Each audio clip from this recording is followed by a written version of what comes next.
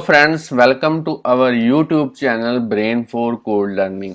तो आज का जो हमारा टॉपिक है iOS ऐप डेवलपमेंट के अंदर वो है किस तरीके से हमने जो कोड डेटा है उसको यूज़ करना है ताकि हम उसके अंदर जो डेटा है वो इमेजेस की फॉर्म के अंदर एज ए एनएस डेटा की फॉर्म के अंदर जो है सेव करवा पाएँ और बाद में उसी इमेज को जो हमने पहले अपलोड की थी कोड डेटा के अंदर वो उसको हम रिट्रीव करवा पाएँ। तो काफ़ी अच्छी एग्जांपल है, इसके थ्रू आप सीखेंगे कि कैसे आप डेटा को स्टोर करवा सकते हैं कोड डेटा के अंदर और कैसे उसको जो है वो रिट्रीव करवा सकते हैं। तो यहाँ पे मेरे पास एक लाइव रनिंग एग्जांपल है सिमुलेटर के अंदर। पहले मैं आपको इसकी वर्किंग बता देता हूँ कि ये वाली एग्जांपल किस तरीके से वर्क करती है, फिर मैं आपको बताऊंगा कैसे आप बड़े ही ईजी और सिंपल वे के साथ इस तरीके की जो एग्जांपल्स हैं वो अपने एक्स कोड के अंदर iOS के लिए जो है डेवलप कर पाएंगे। तो चलिए, यहाँ पे मेरे पास दो बटन्स अवेलेबल हैं, एक है चूज इमेज और दूसरा है रिट्रीव इमेज। जैसे ही मैं चूज इमेज के ऊपर क्लिक करता हूं तो आप देख पा रहे हैं मेरी जो फोटो गैलरी है मोबाइल की जो सिमुलेटर की वो ओपन हो चुकी है। इसमें से मैं किसी भी पिक्चर को जो है सिलेक्ट कर सकता हूं। तो चलिए, ये लीफ वाली जो पिक्चर है इसको मैं सिलेक्ट कर लेता हूं। तो आप देख पा रहे हैं यहाँ पे स्टेटस के अंदर मेरे पास जो मैसेज है वो आ चुका है कि image saved in code data. तो आप नंबर ऑफ इमेजेस जो है वो सेव करवा सकते हैं कोड डेटा के अंदर, मगर इस एग्जांपल के अंदर मैं जो रिट्रीव करवाऊंगा इमेज जो रिसेंटली सेव करवाई होगी इमेज कोड डेटा के अंदर, उसी को मैं रिट्रीव करवाऊंगा। और आने वाले दिनों में एक ऐसा भी वीडियो ट्यूटोरियल लेके आऊंगा जिसमें आप जितनी भी इमेजेस आपने सेव करवाई हैं कोड डेटा के अंदर उनको आप जो है टेबल व्यू की हेल्प के साथ जो है स्क्रोलिंग लिस्ट ऑफ आइटम्स की फॉर्म के अंदर उन इमेजेस को जो है डिस्प्ले करवा पाएँ।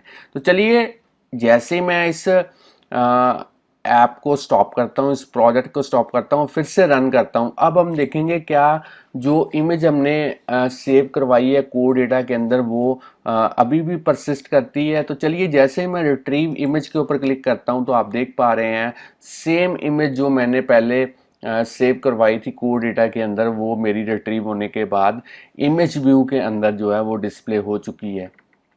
तो फ्रेंड्स, स्टूडेंट्स, कोड डेटा के रिलेटेड पहले भी मैं वीडियो ट्यूटोरियल जो है अपने चैनल के ऊपर अपलोड कर चुका हूं। अगर वो वाले वीडियो ट्यूटोरियल आपने नहीं देखे तो एक बार जरूर देख लें। तो चलिए, कुछ इम्पोर्टेंट टर्म्स हैं जिनके बारे में जानना आपके लिए काफ़ी इम्पोर्टेंट है। सबसे पहले कोड डेटा है तो ये एक फ्रेमवर्क की है, जस्ट लाइक यूआई किट की तरह, जो डेटा मॉडल्स के रिलेटेड जितने भी टास्क हैं उनको मैनेज करता है।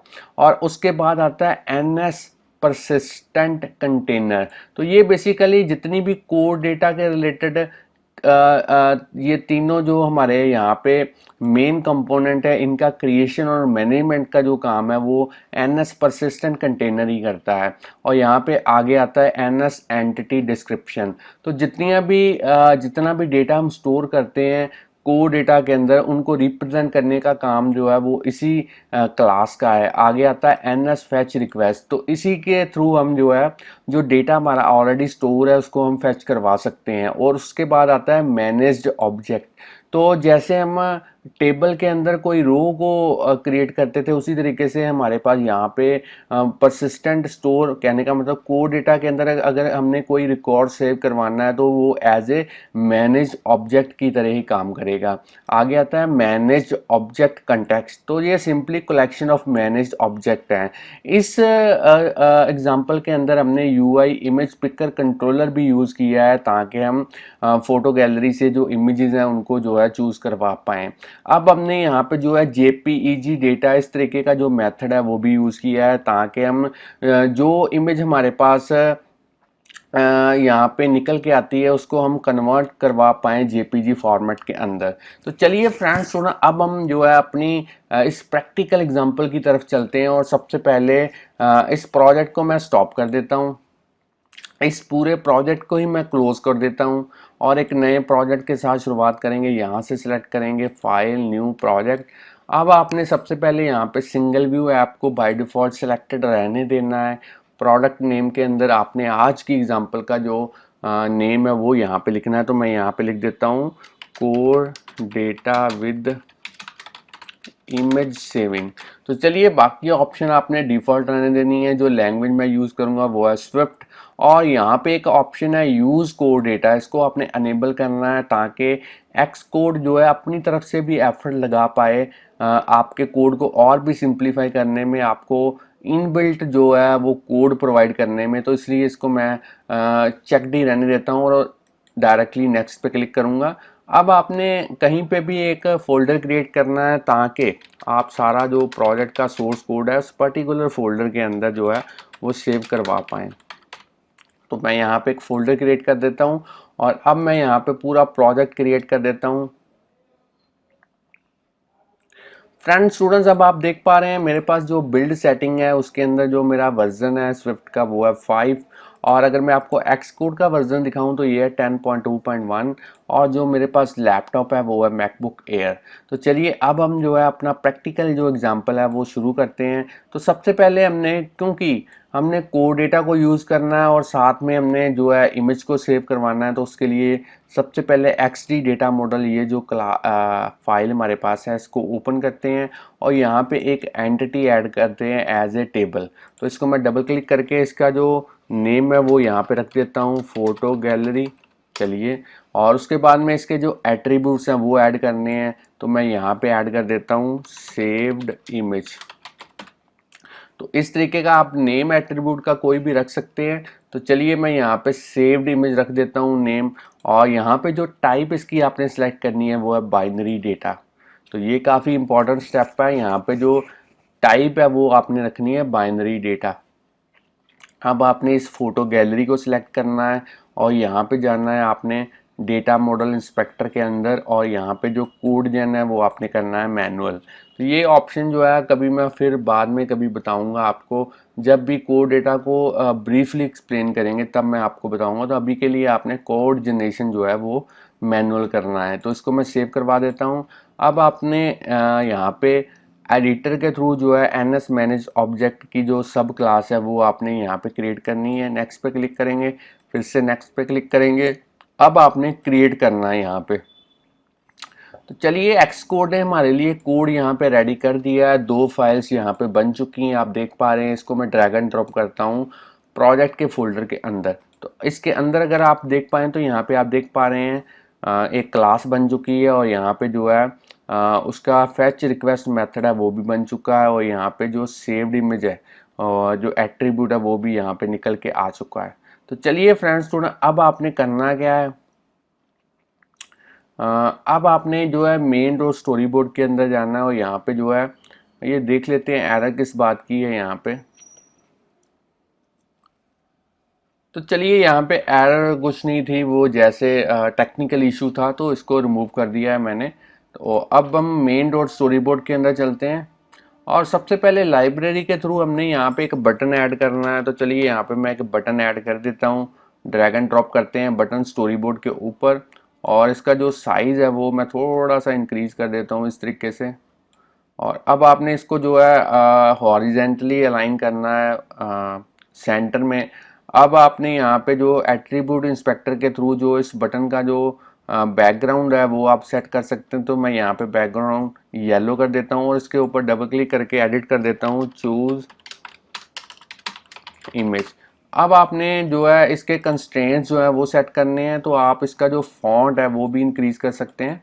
तो फॉन्ट मैंने यहाँ पे इंक्रीज कर दिया। अब आपने यहाँ से जो इसके कंस्ट्रेंट्स हैं वो सेट करने हैं, टॉप, लीडिंग, ट्रेलिंग, और यहाँ पे हाइट मैं इनको ऐड कर देता हूँ। अब आपने इसी लाइब्रेरी के थ्रू इमेज व्यू को ऐड करना है। तो मैं यहाँ पे इमेज व्यू को जो है ड्रैग एंड ड्रॉप करता हूँ, और इमेज व्यू को आप रीसाइज कर सकते हैं अपने अकॉर्डिंगली।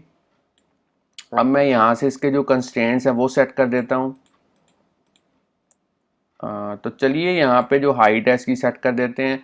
अब आपने यहाँ पे एक लेबल ऐड करना है ताकि हम स्टेटस को जो है वो डिस्प्ले करवा पाएँ। तो मैं इसको लेबल को ऐड कर देता हूँ। इसको भी जो है रीसाइज कर देते हैं, अलाइनमेंट इसकी सेंटर में कर देते हैं, और यहाँ से इसके जो कंस्ट्रेंट्स हैं वो भी हम सेट कर देते हैं। तो चलिए मैंने कंस्ट्रेंट्स भी सेट कर दिए इस लेबल के, और इसके ऊपर डबल क्लिक करके तो यहाँ पे लिख देते हैं स्टेटस, और अब आपने यहाँ पे एक बटन और यूज़ करना है, तो उसके लिए मैं इस बटन को सिलेक्ट करूँगा, कमांड डी को प्रेस करूँगा। एक मेरे पास डुप्लीकेट जो बटन है वो बन चुका है, तो इसको मैं यहाँ पे जो है डबल क्लिक करके इसके ऊपर लिखूँगा रिट्रीव इमेज।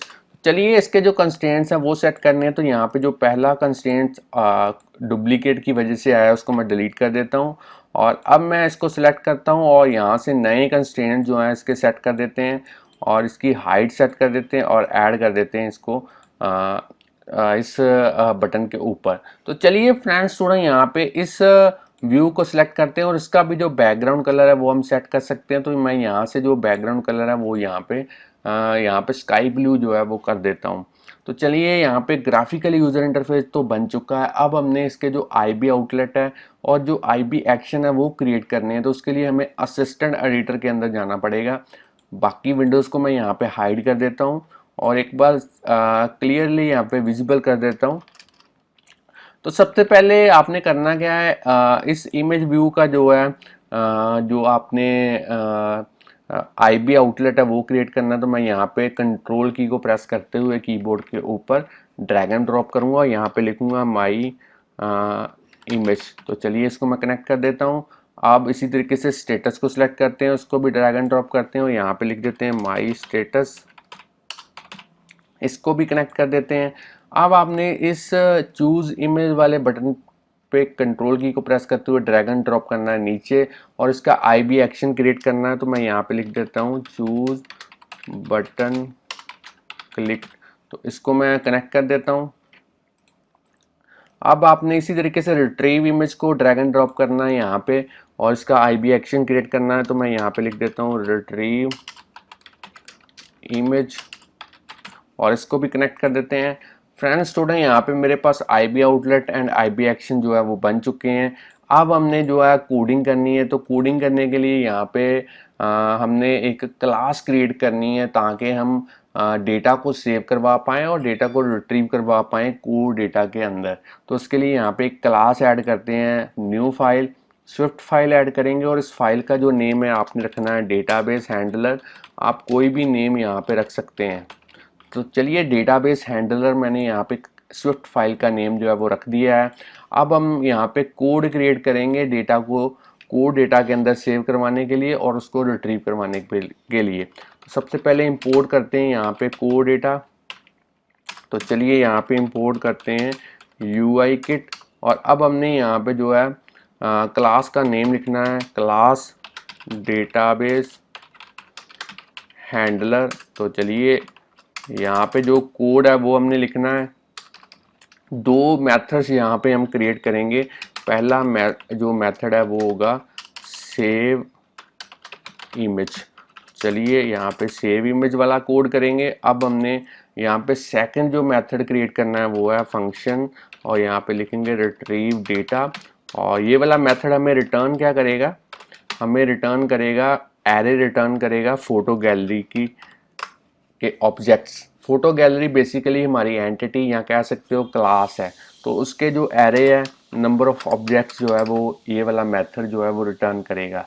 तो चलिए यहाँ पे सबसे पहले ऊपर हमने करना क्या है, क्योंकि हमने इमेज जो है अपनी और चूज़ करवाने के बाद इमेज पिकर के थ्रू इस क्लास को हमने फॉरवर्ड करनी है। तो उसके लिए यहाँ पे एक वेरिएबल लेते हैं इमेज और यहाँ पे किस टाइप का होगी वो इमेज UI इमेज टाइप की होगी, उसको हम यहाँ पे ऑप्शनल कर देते हैं और डायरेक्टली पहले नील कर देते हैं। बाद में जो भी इमेज हमने सेव करवानी होगी उसको हम इसके साथ सेट करेंगे और बाद में सेव करवाएंगे। तो अब हमने कोड लिखना है सेव इमेज का। तो उसके लिए यहाँ पे सबसे पहले लेट ऐप डी और यहाँ पे जो है UI एप्लीकेशन के थ्रू जो है उसके शेयर्ड इंस्टेंस के थ्रू जो ऐप डेलीगेट की रेफरेंस है वो हम लेंगे। तो यहाँ पे डेलीगेट इसको हम टाइप कास्ट करेंगे एज ए ऐप डेलीगेट और अब हमने यहाँ पे कॉन्टेक्स्ट की रेफरेंस लेनी है। तो चलिए ऐप डी वेरिएबल जो है उसके थ्रू हम जो है परसिस्टेंट कंटेनर के थ्रू जो व्यू कॉन्टेक्स्ट है उसकी रेफरेंस जो है वो यहाँ पे कॉन्टेक्स्ट के अंदर सेव करवाएंगे।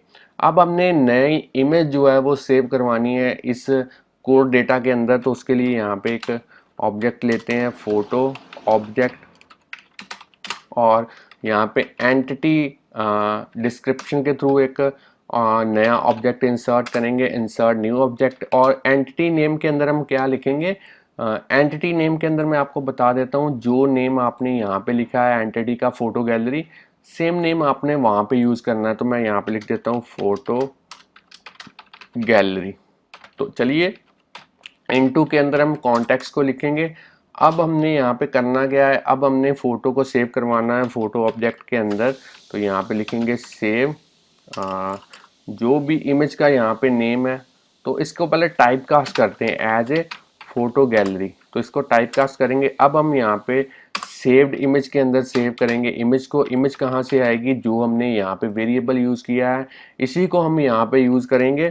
और क्योंकि हमने इसको जेपीजी फॉर्मेट के अंदर कन्वर्ट करना है, इसीलिए हम यहाँ पे जेपीईजी डेटा इस तरीके का जो मेथड है वो यूज़ करेंगे। और कंप्रेशन यहाँ पे क्वालिटी आप कम भी कर सकते हैं, ज़्यादा भी कर सकते हैं, मैक्सिमम 1 है, मिनिमम आप अपने अकॉर्डिंगली कर सकते हैं। और इसको एज ए कन्वर्ट करेंगे एनएस डेटा। तो एनएस डेटा मैंने यहाँ पे क्यों कन्वर्ट किया वो मैं आपको बता देता हूँ। आप देख पा रहे हैं जो मेरे पास यहाँ पे निकल के आया है सेव्ड इमेज, वो किस टाइप का है, एनएस डेटा टाइप का, इसलिए मैंने इसको एनएस डेटा टाइप में जो है वो कन्वर्ट किया है, टाइप कास्ट किया है। अब हमने यहाँ पे डू और ट्राई कैच ब्लॉक को यूज़ करना है ताकि कोई एरर आए तो हमारा जो कैच ब्लॉक है उसको पकड़ पाए। तो मैं यहाँ पे कैच के अंदर कोड लिख देता हूँ। सबसे पहले data error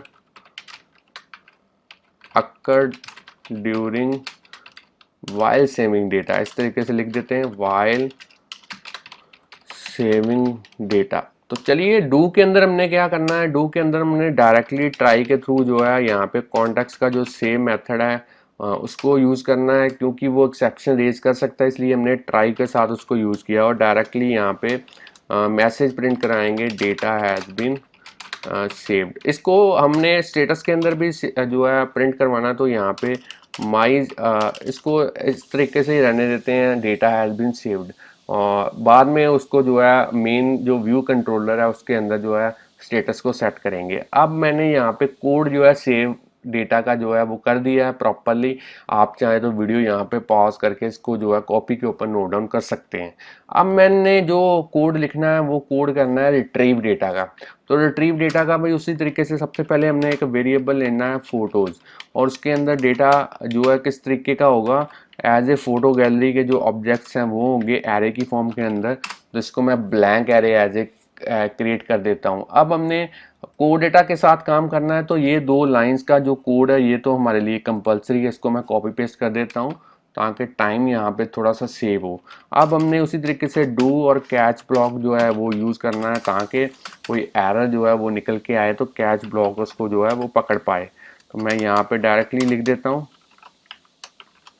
error while फैचिंग data. तो चलिए अब डू के अंदर हमने करना क्या है, हमने फोटोज जो वेरिएबल यहाँ पे क्रिएट किया उसके अंदर डेटा फीड करना है। डेटा कहाँ से आएगा उसके लिए हम यहाँ पे कॉन्टेक्स्ट के थ्रू जो है फैच मेथड कॉल करेंगे, और उसके अंदर जो हमने फोटोज़ का जो फोटो गैलरी के अंदर हमने फैच रिक्वेस्ट है उसको यूज़ करना है। तो यहाँ पे फैच रिक्वेस्ट लिखेंगे। चलिए ये भी बन गया हमारा यहाँ पे कोड। आप देख पा रहे हैं जो एक्स कोड ने हमारे लिए फैच रिक्वेस्ट थी वो यहाँ पे क्रिएट कर दी है, तो उसी को मैंने असेस किया है यहाँ पे। तो अब हमने क्या करना है, अब हमने इस फोटोज़ को जो है रिटर्न करना है। तो चलिए फोटोज़ को मैं यहाँ पे रिटर्न कर देता हूँ फ्रेंड्स स्टूडेंट। अब हमने जो है डेटाबेस हैंडलर जो है वो यहाँ पे इम्प्लीमेंट कर दिया है। यहाँ पे देख लेते हैं क्या एक्सपेक्टेड है। यहाँ पे एरर्स जो है वो भी चली गई हैं क्योंकि हमने कोड प्रॉपरली यहाँ पे लिखा है। अब हम जो कोडिंग करेंगे वो करेंगे व्यू कंट्रोलर के अंदर।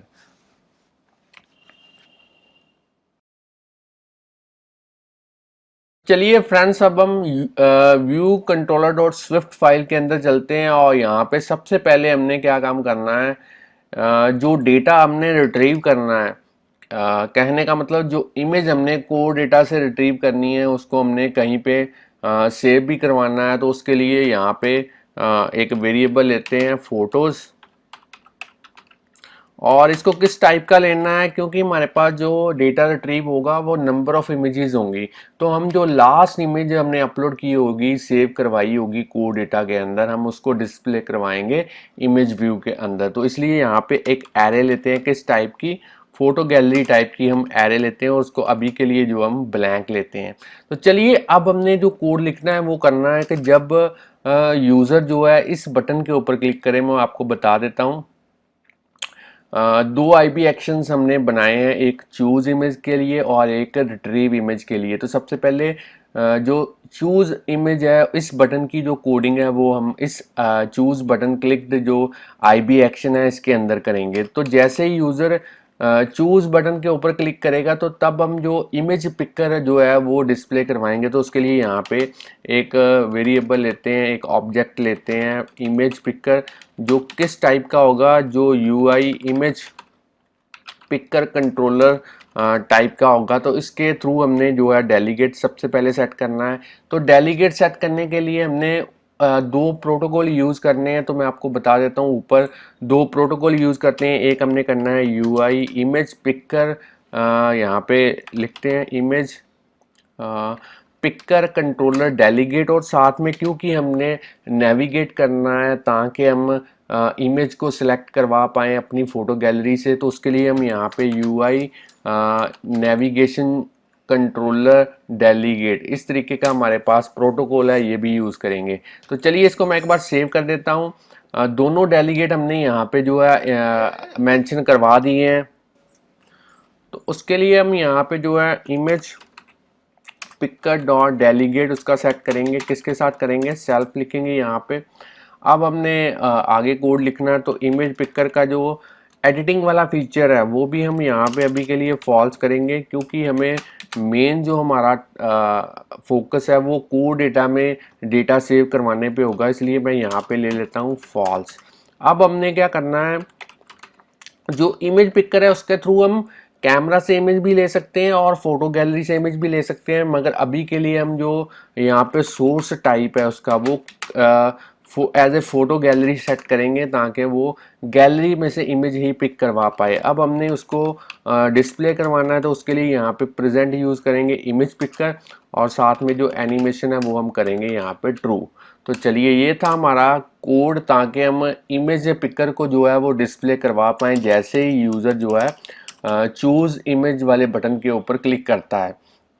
अब हम कोड लिखेंगे, जैसे यूज़र ने रिट्रीव इमेज वाले बटन के ऊपर क्लिक किया तब क्या हो, तब हमने क्या करना है, सबसे पहले हमने एक ऑब्जेक्ट यहाँ पे क्रिएट करना है, डेटाबेस हैंडलर जो हमारी क्लास है उस टाइप का, ताकि उसके हम जो रिट्रीव इमेज करवाने के लिए, रिट्रीव डेटा करवाने के लिए मेथड है उसको कॉल करवा पाएँ।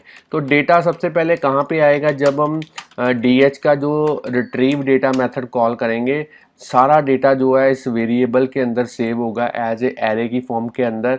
अब हमने क्या करना है, अब हमने जो इमेज हमने चूज़ की है, जो सेव करवाई थी कोड डेटा के अंदर, और जो डेटा हमारे पास रिट्रीव हुआ है उससे जो लास्ट इमेज होगी वो हम डिस्प्ले करवाएंगे इमेज चूज, जो हमारे पास यहाँ पे मैं आपको दिखा देता हूँ कहाँ पे हमने आईबी आउटलेट, ये देख सकते हैं आईबी आउटलेट माई इमेज का मैंने यहाँ पे क्रिएट किया हुआ है। तो चलिए माई इमेज डॉट इमेज, अब इमेज जो है वो कहाँ से आएगी, वो हम यूआई इमेज को यूज़ करेंगे, और इसका जो डेटा है वो कहाँ से आएगा, वो यहाँ पे डेटा यूज़ करते हैं, डेटा आएगा फोटोज़, और यहाँ पे जो है फोटोज़ का जो काउंट है, कहने का मतलब कितनी number of elements photo array के अंदर है, उसके जो काउंटिंग है उससे एक कम जो इमेज होगी वो उस वाले एलिमेंट को हम असेस करेंगे, और उसका कौन सा हम प्रॉपर्टी को असेस करेंगे, सेव्ड इमेज वाली प्रॉपर्टी को असेस करेंगे। अब हमने इसको एज ए डेटा कन्वर्ट करना है, तो चलिए इसको डेटा कन्वर्ट कर देते हैं, डेटा की फॉर्म के अंदर कन्वर्ट कर दिया। अब हमने माई स्टेटस जो मेरा लेबल है उसके अंदर जो है टेक्स्ट डिस्प्ले करवाना है, image retrieved from code data successfully. तो चलिए यहाँ पे मैंने डिस्प्ले करवा दिया। यहाँ पे मैंने इमेज इसलिए यूज़ की लास्ट इमेज, क्योंकि मेरे पास एक ही इमेज व्यू है, इसलिए मैं एक ही इमेज आपको डिस्प्ले करवा के दिखाना चाहता हूँ। आगे कहीं पे मैं एक वीडियो ऐसा भी क्रिएट करूँगा जिसमें आप सारी इमेजेस को जो है वो डिस्प्ले करवा सकते हैं टेबल व्यू की हेल्प के साथ। तो अभी के लिए आपको जस्ट थोड़ी सी नॉलेज होनी चाहिए कि किस तरीके से ये वाली एग्जांपल जो है आपने इम्प्लीमेंट करनी है।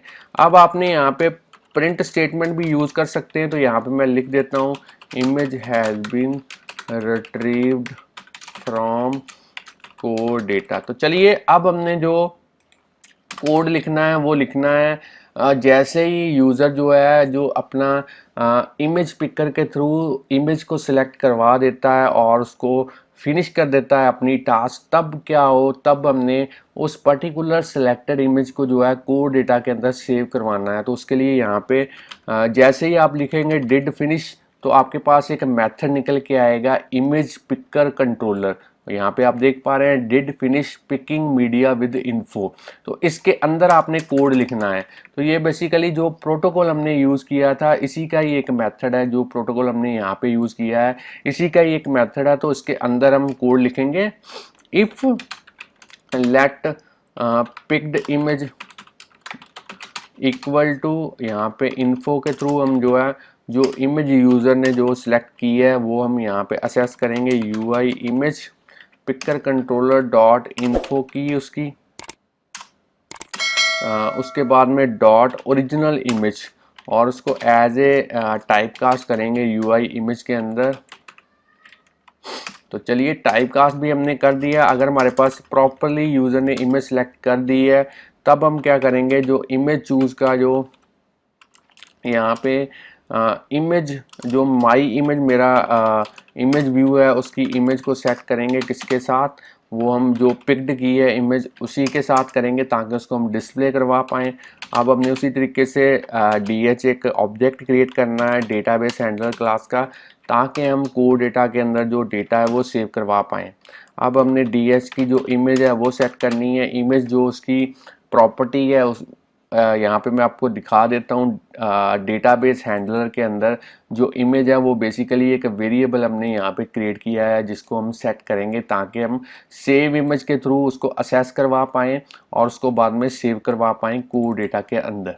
तो चलिए यहाँ पे उसकी इमेज को सेट कर देते हैं किसके साथ, माई इमेज जो मेरा इमेज व्यू है उसकी इमेज के साथ। अब हमने DH के थ्रू जो है सेव इमेज को कॉल करना है और माई स्टेटस के अंदर जो है टेक्स्ट को जो है डिस्प्ले करवाना है कि image saved in code data successfully.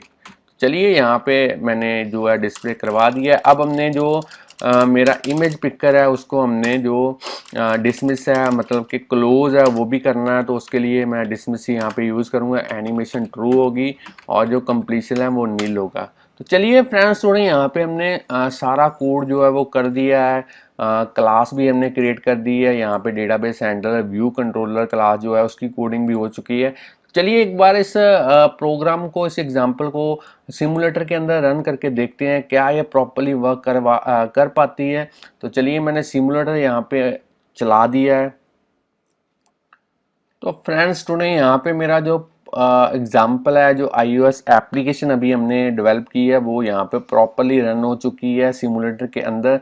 तो चलिए जैसे मैं चूज़ इमेज के ऊपर क्लिक करता हूँ तो आप देख पा रहे हैं मेरा जो नेविगेशन है अब गैलरी की तरफ जाएगा और यहाँ पे जो इमेजेस हैं वो डिस्प्ले हो चुकी हैं। मैं यहाँ से कोई भी एक इमेज जो है वाटरफॉल वाली इमेज जो है वो यहाँ पे सिलेक्ट कर लेता हूँ। तो आप देख पा रहे हैं यहाँ पे लिखा आ चुका है image saved in code data successfully. तो चलिए जैसे मैं इस ऐप को स्टॉप करता हूँ और दोबारा से इसको रन करता हूँ ये देखने के लिए कि मेरी इमेज जो है वो प्रॉपरली कोड डेटा के अंदर परसिस्ट करती है या नहीं करती। तो उसके लिए हम यहाँ पे क्लिक करेंगे रिट्रीव इमेज वाले बटन के ऊपर और जैसे ही मैंने इसके ऊपर क्लिक किया आप देख पा रहे हैं वही इमेज जो मैंने ऐप को क्लोज करने से पहले सेव की थी कोड डेटा के अंदर वो प्रॉपरली यहाँ पे निकल के आ चुकी है।